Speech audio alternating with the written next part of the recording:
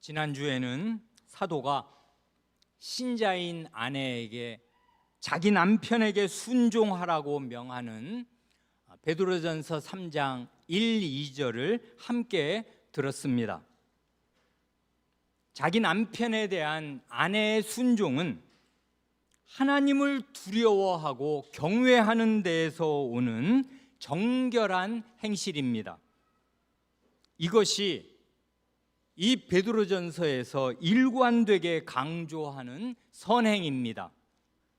이러한 선행이 믿지 않는 남편이 주님께로 돌아와 구원받는 데에서 아주 중요한 역할을 한다고 사도는 교훈합니다.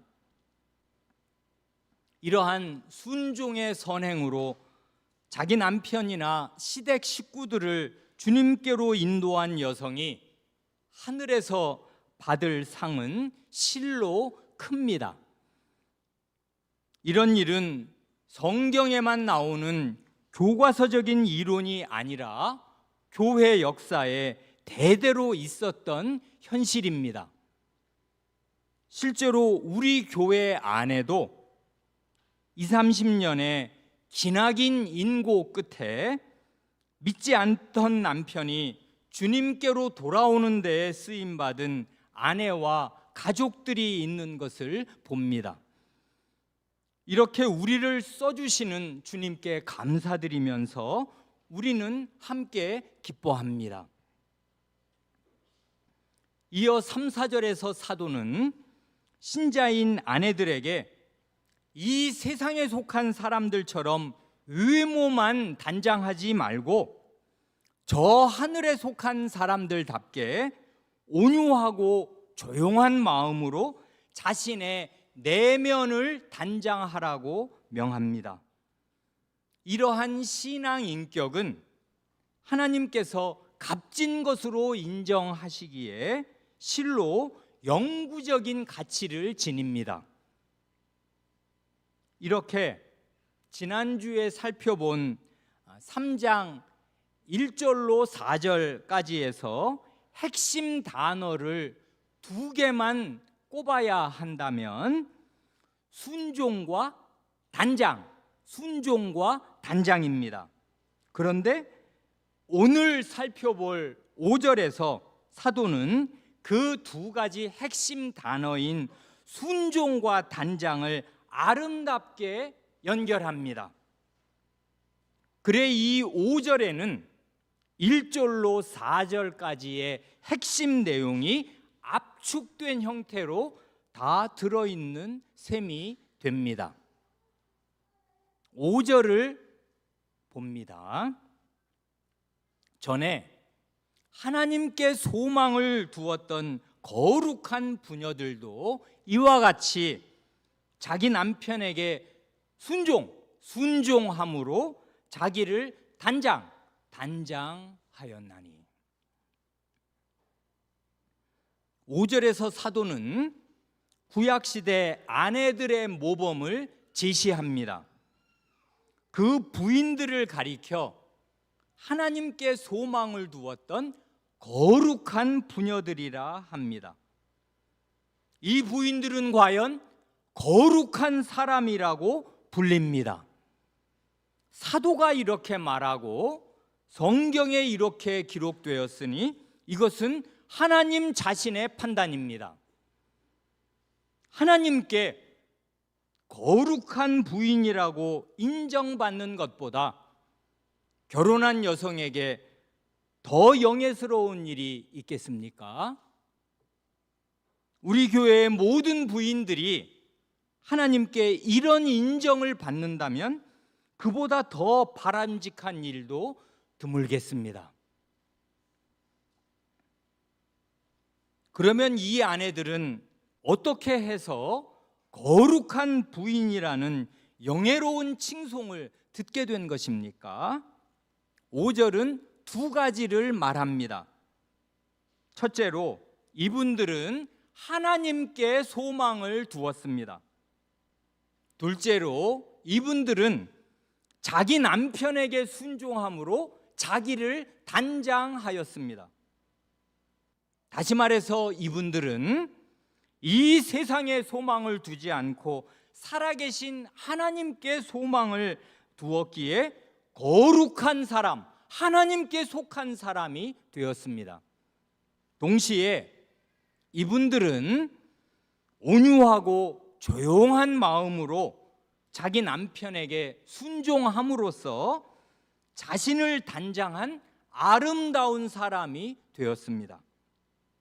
그런 마음과 행실로 자기를 단장하였기에 하나님의 말씀에 기록되어 영원히 칭송을 받는 고귀한 사람들이 되었습니다.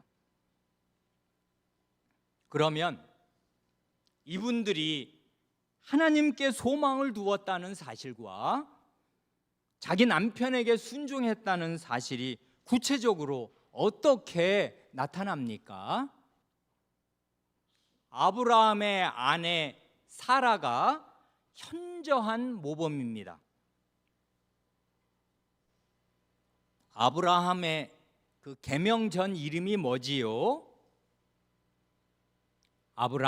아브람이지요. 아브람은 그 당시 가장 발달한 도시 문명이 있던 갈대아 우르에서 하나님의 부르심을 받았습니다.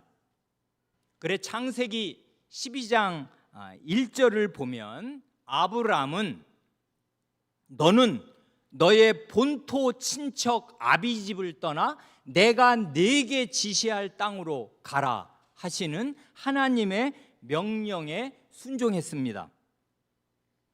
그런데 아브람만 이 명령에 순종한 게 아니라 그의 아내 사레도 남편과 똑같이 하나님의 명령에 순종해서 고향과 친척을 떠난 것입니다. 그래 창세기 12장 5절에는 아브람이 그의 아내 사레와 함께 떠났다는 사실을 명기합니다.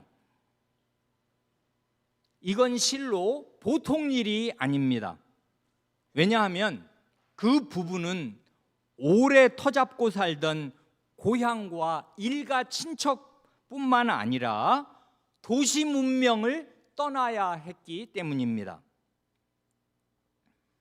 더욱이 내가 네게 하나님이 아브람에게 지시한이 아니고 지시할 땅으로 가라 하시니까 도대체 어디로 가야 할지 알지도 못한 채로 정든 고향과 친척을 무작정 떠나야 하였습니다.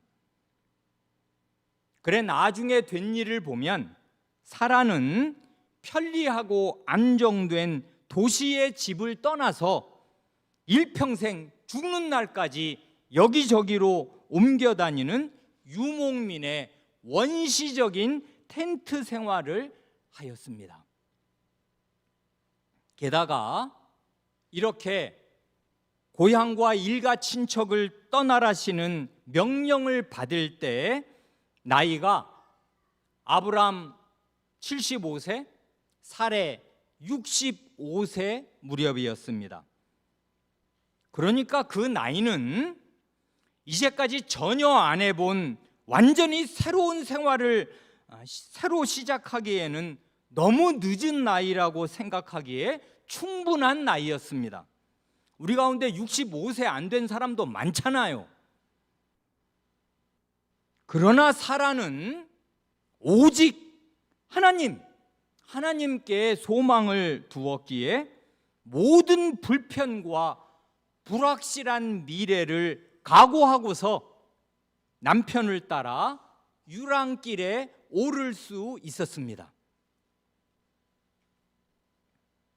이삭의 아내가 된 리브가도 비슷합니다.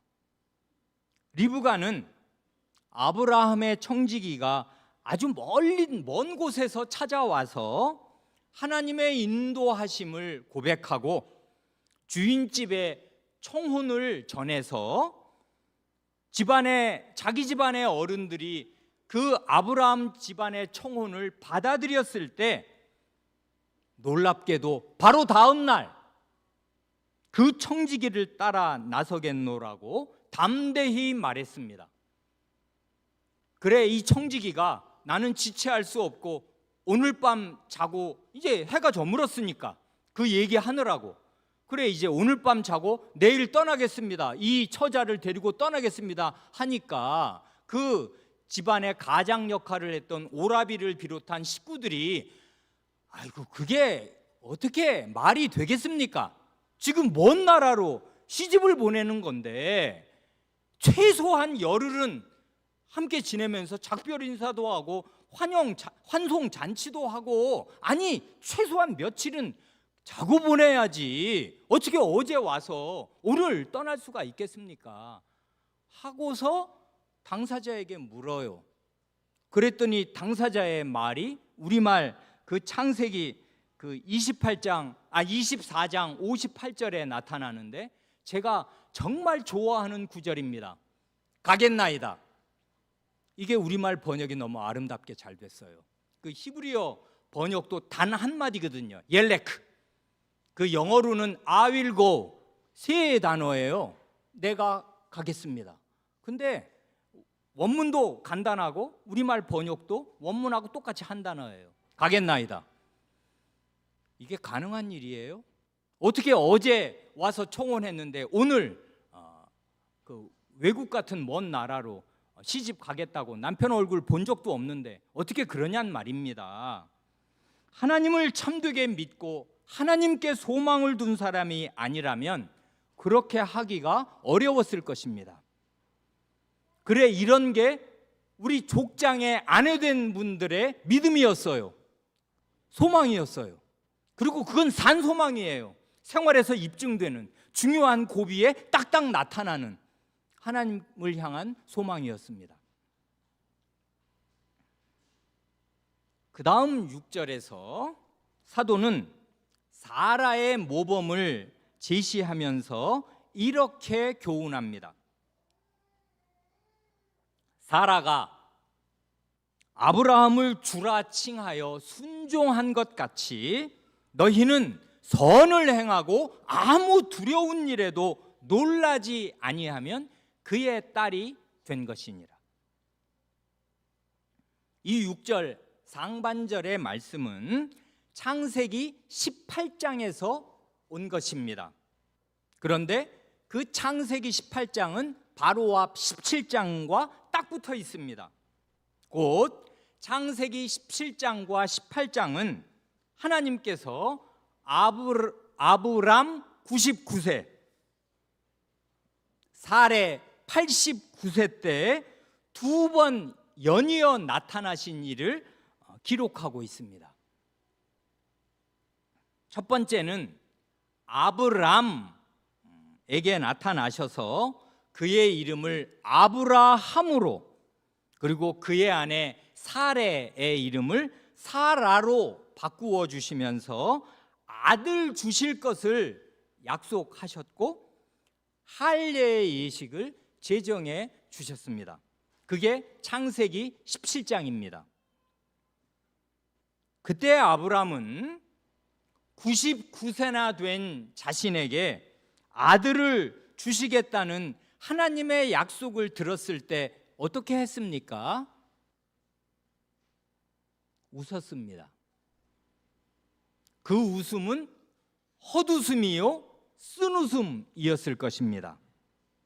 그러나 하나님께서 정색하고 다시금 아들을 주시겠다는 그 약속을 분명히 다시 하시자 아브라함은 그 하나님의 말씀을 믿었고 그 믿음으로 자신과 온 집안 권속들에게 할례를 행했습니다. 그런데 같은 해에 하나님께서 아브라함을 두 번째로 찾아오셨습니다. 두 번이나 찾아오신 데에는 몇 가지 목적이 있었는데 첫 번째 중요한 목적은 지난번에 아브라함의 믿음을 붙들어 주신 것처럼 이번에는 사라로 이름이 바뀐 그 사라의 믿음을 붙들어 주시려 함이었습니다. 그래 두 천사를 여호와 하나님께서 대동하고 오셔서 사라의 음식 대접을 받으신 뒤에 사라의 이름을 부르시며 그를 찾으셨습니다. 창세기 18장 9절 이하를 보면 이렇습니다. 그들이 곧 하나님 일행이 아브라함에게 이르되 내 아내 사라가 어디 있느냐? 대답하되 장막에 있나이다.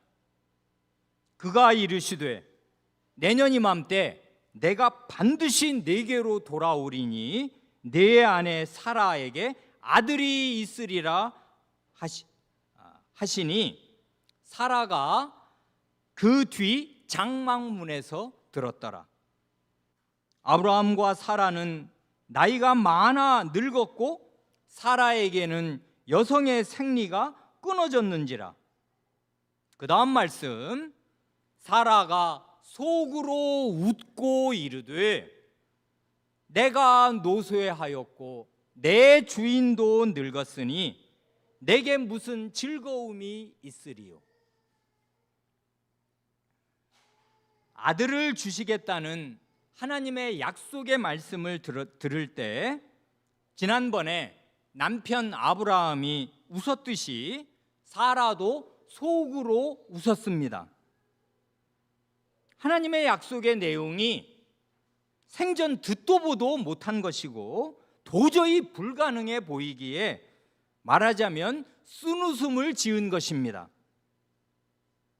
이렇게 사라가 처음에는 하나님의 말씀을 온전히 믿지 못했지만은 장막에서 쓴웃음을 지으면서 혼잣말을 할 때 무심결에 사라의 속사람의 일면이 드러나게 되었습니다. 베드로 사도는 그 점을 놓치지 않고 포착하여 말합니다.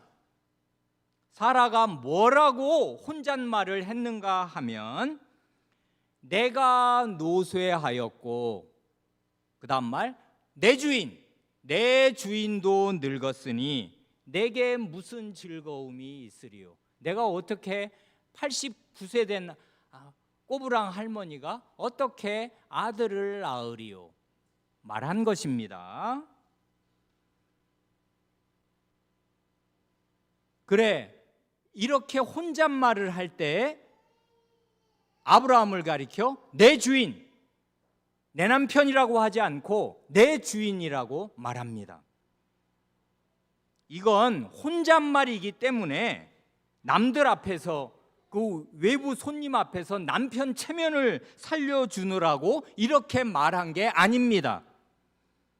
이건 사라의 무의식의 반영입니다. 내 주인이라고 자기 남편을 부르는데 사라는 아브라함의 아내이지 아브라함의 여종이 아니지 않습니까? 게다가 지금 사라 나이가 몇이에요? 89세입니다. 예전에 결혼하던 대로 20살에 그 이전에 결혼했으니까 20살에 결혼했다면 70년 가까이 남편과 산 것입니다. 그런데도 사라의 마음속에 아브라함은 내 주인이었습니다. 남편이 주인으로서 순종의 대상이었습니다. 그래 사도는 말합니다. 사라가 아브라함을 주라 하여 순종한 것 같이 너희는 선을 행하고 아무 두려운 일에도 놀라지 아니하면 그의 딸이 된 것이니라. 사라가 남편을 주라고 부르면서 순종한 것 같이 아내인 여러분도 선을 행하라고 말합니다. 사도가 어떤 선행을 말하는 것인지 모를 수가 없습니다. 결혼한 여성이 자기 남편에게 순종하는 게 하나님 보시기에 선행이고 불손한 게 악행입니다. 그런데 사도는 그러한 선행에 한 가지 중요한 마음 상태를 덧붙입니다. 아무 두려운 일에도 놀라지 아니하면.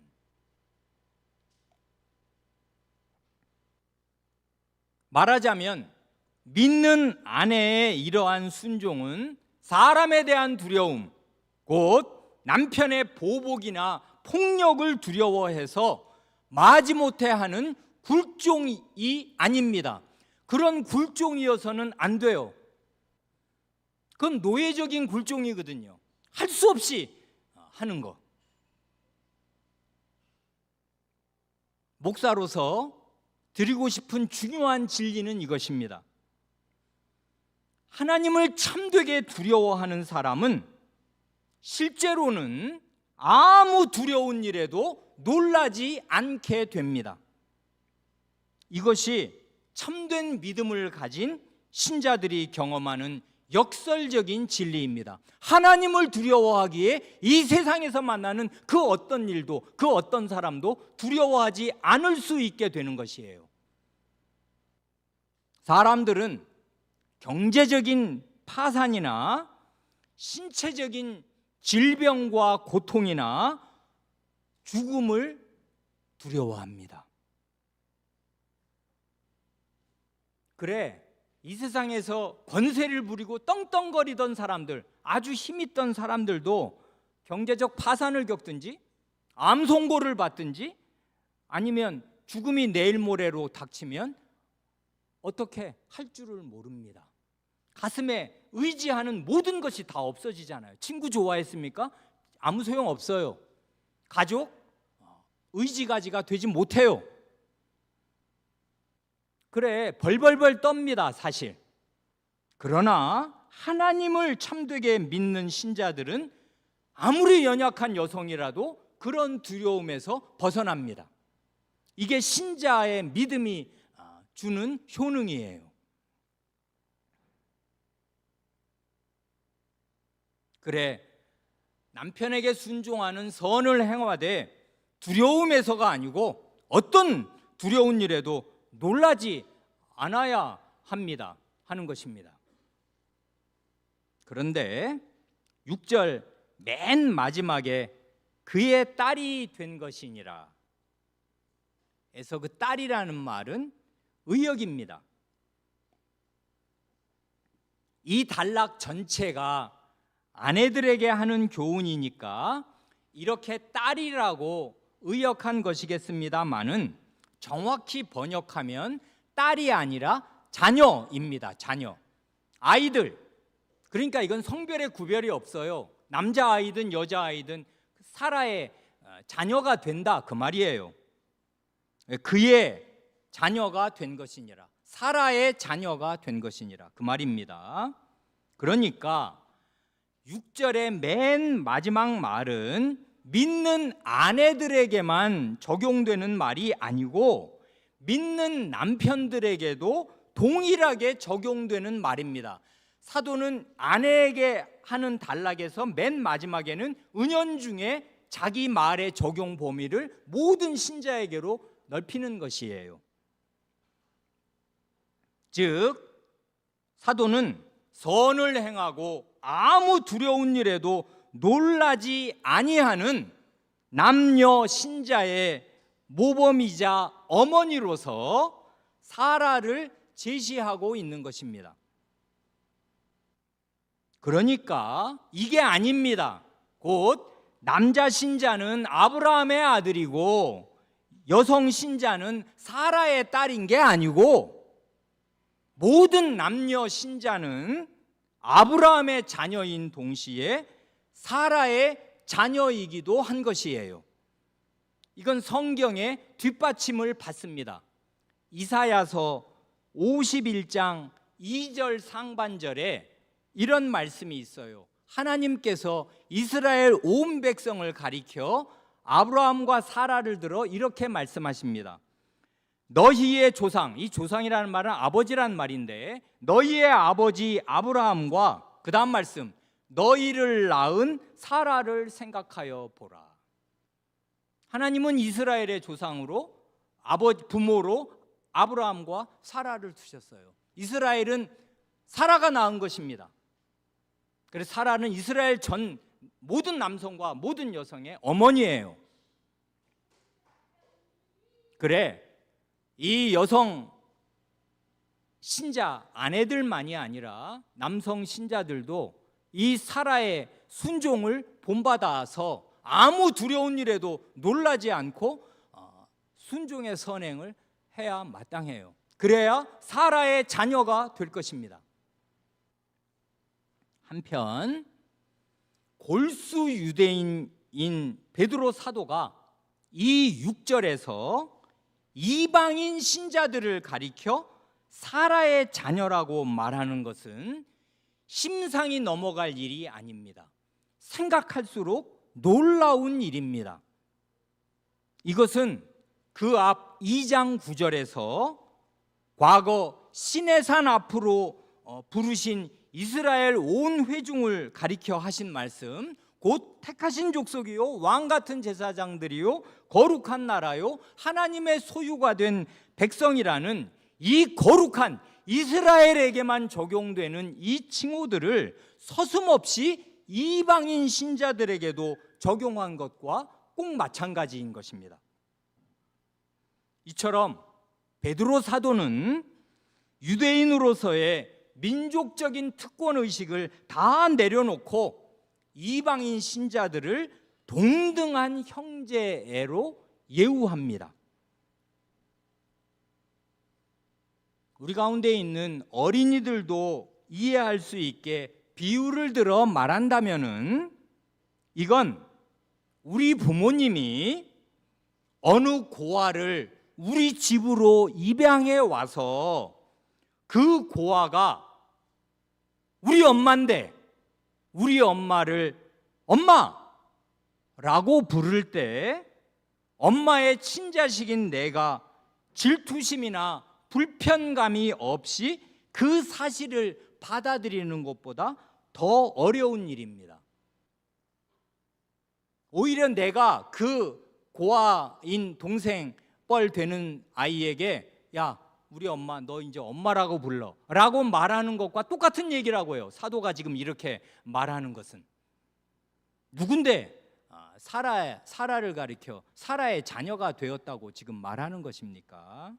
이스라엘 사람들이 지금도 얼마나 사라를 자기 민족의 어머니로 떠받드는 줄 아십니까? 아브라함과 사라의 무덤이 있어요. 헤브론에 가면 그게 성지예요. 성지. 이슬람과 그 유대교의 성지. 거기를 함부로 했다가는 그 사람은 살아남지 못할 것입니다. 여전히 지금 몇 년 전인데요. 몇 년 뒤인데요. 3,500년이 지나고 4,000년 가까이 되어서도 끔찍하게 떠받듭니다. 지금까지 이스라엘 사람들. 사라 그러면. 그런데 아니 사라는 우리 믿는 모든 사람들의 어머니지. 이방인 신자들이 대부분일 당신들의 어머니입니다. 당신들은 이렇게 하면 사라의 자녀가 되는 것입니다. 하고 자기 어머니를 내주는 것이란 말입니다. 이건 보통 일이 아니에요. 이런 사실을 깊이 생각하지 않으면은 교회 안에 병적인 텃세 의식이 나타날 수가 있습니다. 텃세란 국어사전에 따르면 먼저 자리를 잡은 사람이 뒤에 들어오는 사람에 대하여 가지는 특권의식 또는 뒷사람을 업신여기는 행동입니다. 그런 텃세의식은 사도의 겸비한 마음 자세와는 상반되는 타락하고 죄악된 세상 정신입니다. 교회 안에서는 텃세의식이 자리 잡을 수 없습니다. 그러면 참된 교회가 될 수 없어요. 그래 교회 나중에 들어온 사람이나 원래 이 교회에 말하자면 창립 멤버 그런 말 싹 없애는 게 좋습니다. 무슨 창립 멤버입니까? 창립 멤버는 원래 하나님 나라에서 이방인이었고 우리 다 마귀의 자식이었다가 입양된 자녀인데 교회에 일찍 들어온 사람이 어디 있고 나중에 들어온 사람이 어디 있어요? 다 같은 사라의 자녀요 하나님의 자녀입니다. 동등하게 대해야 마땅해요. 이제 사도는 7절에서 남편들에게 명합니다. 남편들아, 이와 같이 지식을 따라 너희 아내와 동거하고 그를 더 연약한 그릇이요 또 생명의 은혜를 함께 이어받을 자로 알아 귀히 여기라. 이는 너희 기도가 막히지 아니하게 하려 함이라. 7절을 살피기 전에 먼저 사도가 왜 아내들에게는 6절에 걸쳐서 아주 길게 교훈하고 남편들에게는 겨우 한 절로만 짧게 교훈하는가? 우리 남편이 들어야 할 말들이 훨씬 더 많을 것 같은데 이건 상당히 불공평하다 하는 생각이 드십니까? 그렇게 생각할 것이 아닙니다. 사도는 그 당시에 집안에서 훨씬 불리한 위치에 있었던 노예 신자나 믿지 않는 남편과 살고 있는 아내들에게 우선적인 관심을 가지고 그 어려운 형편에 있는 분들, 성도들에게 필요한 교훈을 집중적으로 전한 것이에요. 그래, 이건 불공평이 아니고 목회적인 배려입니다. 목사의 심정이라고요. 어려운 사람들에게 훨씬 더 많이 다가가서 훨씬 더 길게 시간을 내주고 말을 많이 해주는 거잖아요. 남편 신자들에게 하는 교훈의 맨 첫 마디도 이와 같이입니다.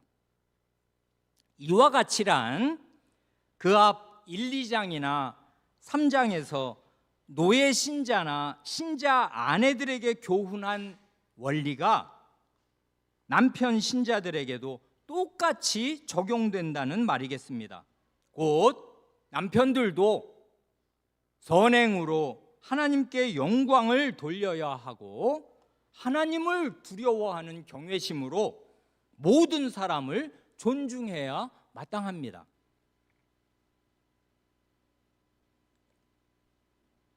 사도가 남편 신자들에게 하는 첫 번째 교훈은 지식을 따라, 직역하면 지식의 기반 위에서 아내와 함께 살라는 것입니다. 이렇게 사도는 지식을 강조합니다. 지식 위에 반듯하게 서라 합니다. 이 말은 남편 될 사람은 학교 공부를 많이 해야 한다거나 남자라면 대학을 나와야 한다 하는 말이 전혀 아니겠습니다.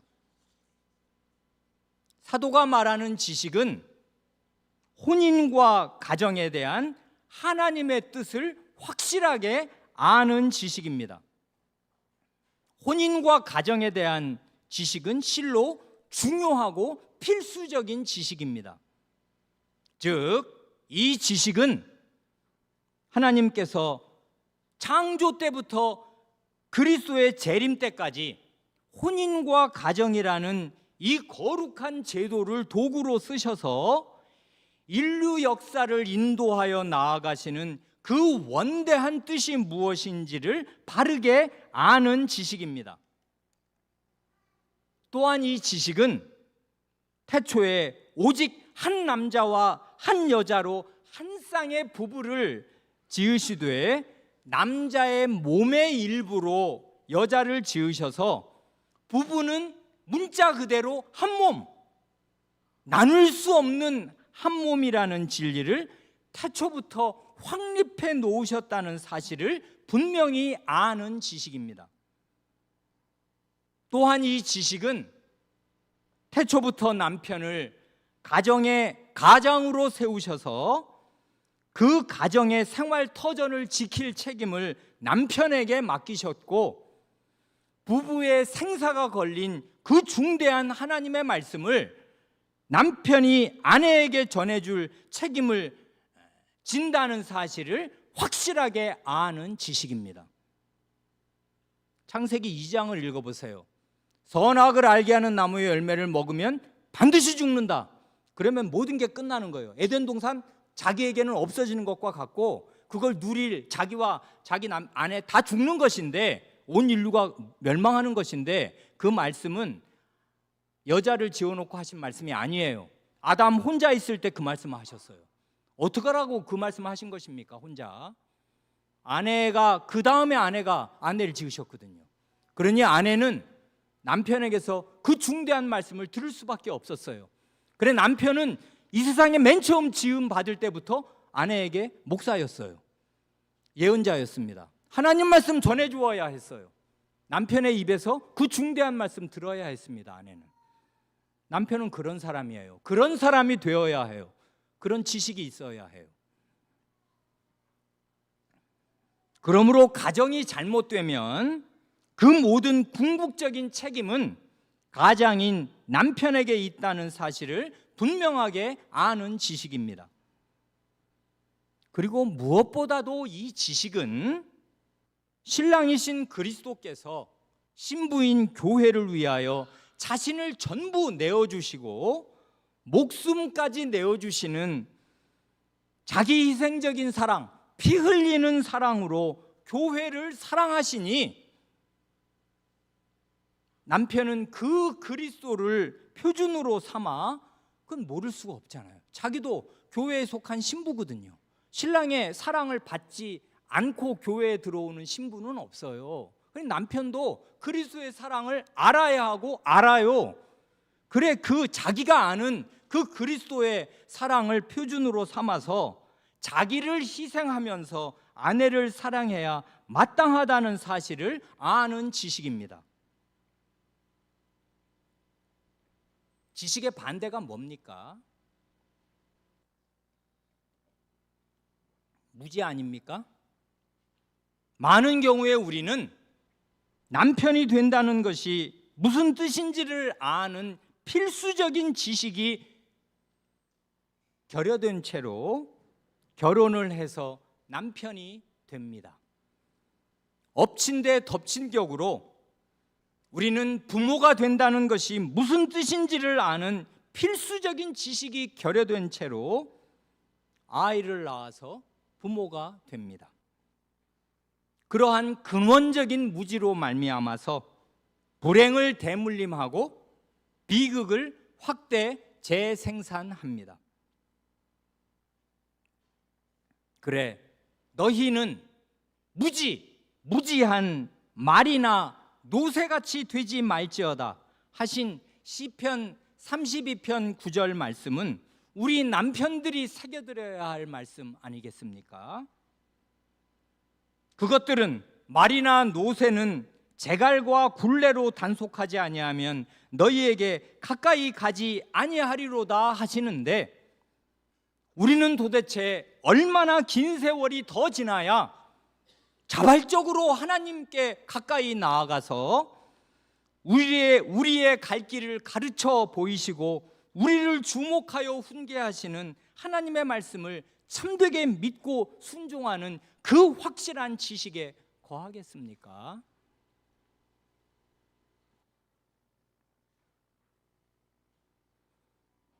사도는 또한 7절에서 믿는 남편이라면 꼭 가지고 있어야 할 구체적인 지식 두 가지를 제시합니다. 하나는 아내가 더 연약한 그릇이라는 사실을 아는 지식이고, 다른 하나는 아내가 생명의 은혜를 함께 이어받을 사람이라는 사실을 아는 지식입니다. 크게 첫째로, 아내가 더 연약한 그릇이라는 사실은 무엇을 뜻합니까? 실은 남편이나 아내나 내일 일을 모르는, 한치 앞을 모르는 존재요, 연약한 인간이라는 점에서는 매한가지입니다. 그래, 남편도 연약한 인간이에요. 그런데 아내는 더 연약한 그릇입니다. 아내에게는 남편보다 더 연약한 면들이 있습니다. 그 사실을 남편 된 사람들은 반드시 알고 있어야 합니다. 어떤 면들에서 아내가 남편보다 더 연약합니까? 여러 가지 면을 얘기할 수 있는데 두 가지 면만 말씀드리고자 합니다. 우선 예외가 없는 것은 아니지만 일반적으로 여성인 아내는 남성인 아내보다 체력이나 근력이 더 연약합니다. 그렇기에 남편은 반드시 아내가 더 연약한 존재라는 사실을 10분 감안해서 과거 같으면 힘든 논밭일이나 요새 같으면 거친 사회에 나가서 생활비를 벌어오는 일을 남편이 주도적으로 아내보다 훨씬 더 많이 더 적극적으로 해야 마땅합니다. 그러니 신자라 하면서 더 연약한 아내의 노동에 기대서 판판히 놀고 먹는 한량으로 사는 것은 결단코 해서는 안 될 일입니다. 디모데전서 5장 8절 말씀에 누구든지 자기 친족, 특히 자기 가족을 돌아보지 아니하면 믿음을 배반한 자요 불신자보다 더 악한 자니라 말씀합니다. 여기 돌아보지 아니한다는 말은 물질적으로 생활비를 제대로 대지 않는다 그 말이에요.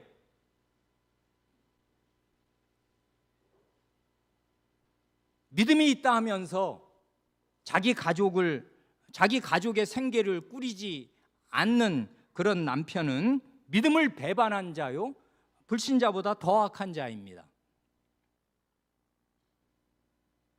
물론 사고가 나서 불구가 된다든지 일을 할 수 없으면 그때는 비상 상황이니까 예외적인 상황이고 온 식구가 다 함께 먹고 살기 위해서 달라붙어서 애쓸 수밖에 없어요. 그건 예외입니다. 예외는 상례가 아니에요. 그러니까 사지가 멀쩡하고 일을 할 수 있으면 남편은 나가서 일해서 먹고 살 것을 벌어와야 해요. 물론 예외적으로 어떤 특수한 필요가 있어서 남편과 아내가 일정 기간 바깥일과 집안일을 바꿔서 할 수는 있을 것입니다. 그리고 선진국으로 진입할수록 부부가 맞벌이를 하지 않으면 기본적인 생활 수준을 유지하기가 힘들어지는 역설적인 현상이 벌어지기도 합니다. 이게 참 아이러니인데 사실이에요. 국민소득이 10,000불, 20,000불, 30,000불, 40,000불로 가면 맞벌이를 안 하고서는 도시의 기본 생활이 유지가 안 되는 경우가 많아요. 이게 현실이에요. 무시할 수 없는 현실. 그래서 피치 못하여 부부가 맞벌이를 하지 않을 수 없는 경우라면은 남편은 아내가 더 연약한 존재라는 사실을 10분 감안해서 집안일이나 육아 등을 아내보다 더 많이 감당해야 마땅합니다. 남편도 똑같이 힘들고 아내도 똑같이 힘들었잖아요. 그런데 아내는 더 연약한 그릇이에요. 그런데 왜 퇴근 이후 시간에는 아내가 가사 노동에 거의 대부분을 전담해야 하는 것입니까? 이건 불공평할 뿐 아니라 무지의 소산이에요.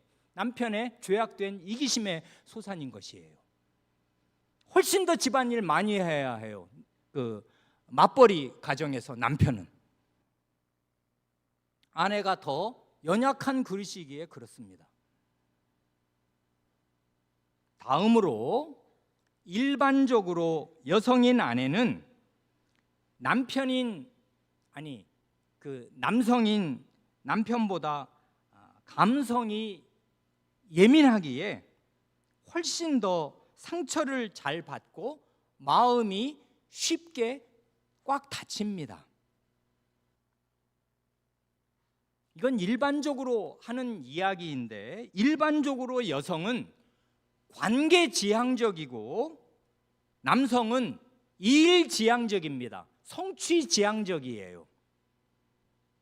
그래 아내는 성취는 일단 둘째 문제고, 관계를 좋게 유지하는 게 굉장히 중요한 반면에 남편은 일을 해결하는 게 중요한 과제입니다. 그래, 무슨 할 일이 생기면 일단 거기에 몰두하니까 뭐 말을 시키고 그러면 그 다음부터 말이 퉁명스럽고 이렇게 함부로 나가기가 아주 쉬워요. 그래, 남편의 무심하고 불친절하고 퉁명스러운 말이나 행동이 아내의 마음에 아주 쉽게 상처를 줍니다. 그래, 제가 혼인하고 나서 제일 많이 들은 말 중에 하나가 말 좀 이쁘게 하시라 하는 말이었습니다. 너무나 부끄럽습니다. 그래, 아내의 마음이 유리그릇이라면은 우리의 가정은 깨어진 유리조각 천지일 것입니다. 두 가지만 예를 들었습니다. 무수히 많습니다. 생각해 보세요. 아내가 왜 더 연약한 그릇인가? 그걸 모르면 남편 노릇 할 수가 없어요. 이런 지식이 있어야 지식 위에서 남편 노릇을 할 거니까. 이렇게 남편은 아내가 더 연약한 그릇이라는 사실을 유념해야 할 뿐만 아니라 아내가 생명의 은혜, 영원한 생명의 은혜를 함께 이어받을 사람이라는 사실을 또한 명심해야 합니다. 이 지식을 마음에 딱 붙잡고 있어야 해요. 이걸, 이 생명의 유업을, 생명의 은혜를 함께 유업으로 받을, 함께 유산으로 받을 공동 상속자다 하는 이 사실을 에베소서 5장의 용어로 바꾸어 말한다면은 아내나 남편이나 다 같은 그리스도의 교회의 일원으로서 말씀으로 깨끗하게 되어서 그리스도 앞에 영광스러운 신부로 세워져서 티나 주름 잡힌 것이나 이런 것들이 없이 거룩하고 흠이 없게 될 사람입니다. 아내의 고귀한 신분과 아내에게 주어질 영광스러운 미래를 생각할 때 내 아내에 대한 마땅한 태도는 아내를 귀히 여기는 것입니다. 그래, 남편에게 하는 말에 동사를 그냥 딱 한마디로 간추리고 다른 말 다 잊어먹어도 이걸 기억해야 하는 것은 아내를 귀히 여겨라, 그 말이에요. 주동사는 그거 하나입니다. 여기 귀히 여긴다는 말은 이걸 달리 일관되게 번역하면 존중하라, 그 말이에요. 그 2장 17절에 모든 사람을 존중하며 했던 같은 단어입니다. 너희 아내 위에 너의 존중을 놓아라, 그 말이에요. 아내를 존중하라, 그 말만을 사도는 믿는 남편들에게 해요. 우리들의 아내는 남편으로부터 얼마나 많은 무시를 받고 하대를 받습니까? 이걸 생각하면 남편들의 가슴이 찢어져야 마땅해요. 나한테 시집 오지 않고 나랑 결혼하지 않았으면 이런 무시를 받을 일은 원래 없어요. 그런데 결혼하고 나면 희한하게 자기 남편에게 가장 많은 무시를 아내들은 받습니다. 그러지 말아라. 아내를 존중해라. 이게 하나님의 명령이에요.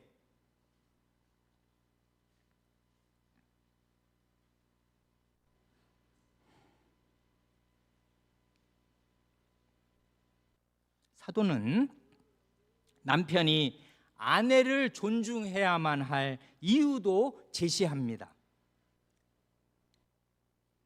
이는 너희 기도가 막히지 아니하게 하려 함이라.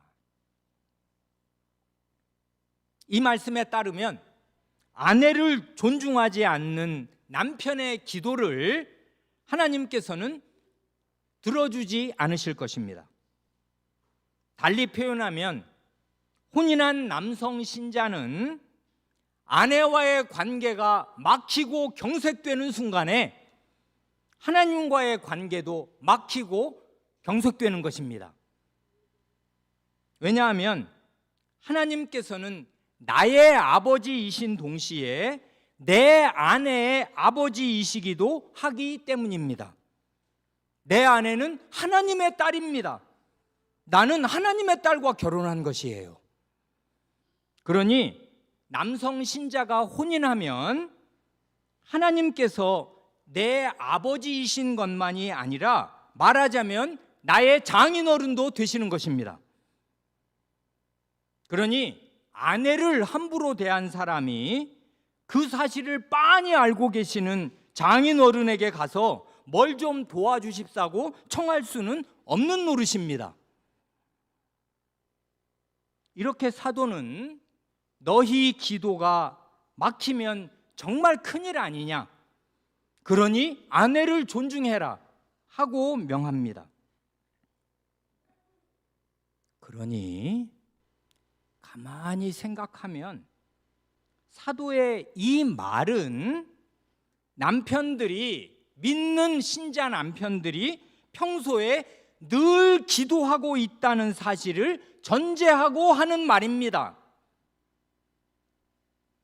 그러니 경건함이 바닥을 친 시대에 살고 있는 우리에게는 이런 경고가 새삼스러울 것입니다.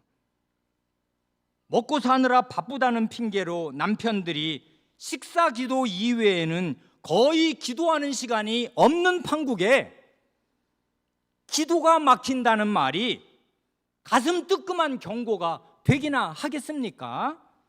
정말 큰일 났다고 생각할 경종이 되기나 하겠습니까? 그러니 역으로 신자라 하면서 평소에 정규적으로 기도하지 않는 남편이라면은 아내를 존중하는 생활을 제대로 시작하기 위해서라도 그럴 수 있는 마음과 힘, 확실한 지식을 주시도록 하나님께 나아가 기도해야 할 것입니다. 기도하시겠습니다.